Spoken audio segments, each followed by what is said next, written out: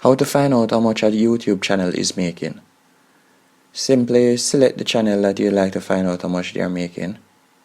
Go on their channel page and you're going to copy the last part of their channel address. This can also be done on mobile easily. You copy it and then we're going to use the website Social Blade. And you simply place the address that you copied right there. That would be the channel name. As you can see, it shows the amount of videos they have uploaded and their subscribers and when the page was created. But you need to scroll down to the bottom and then select YouTube Money Calculator / estimated earnings.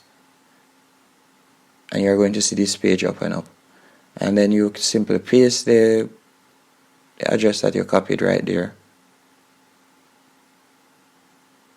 And it's going to give you an estimate of how much you're earning, because it estimates the CPM from between 25 cents to $4. And if you don't know, the CPM is the cost per 1,000 views, and this is the amount of money a YouTuber gets paid for every 1,000 views. The CPM can be a lot higher than $4, sometimes it goes up to even $10 or $20, but this is just a rough estimate to give you an idea of how much your channel is earning.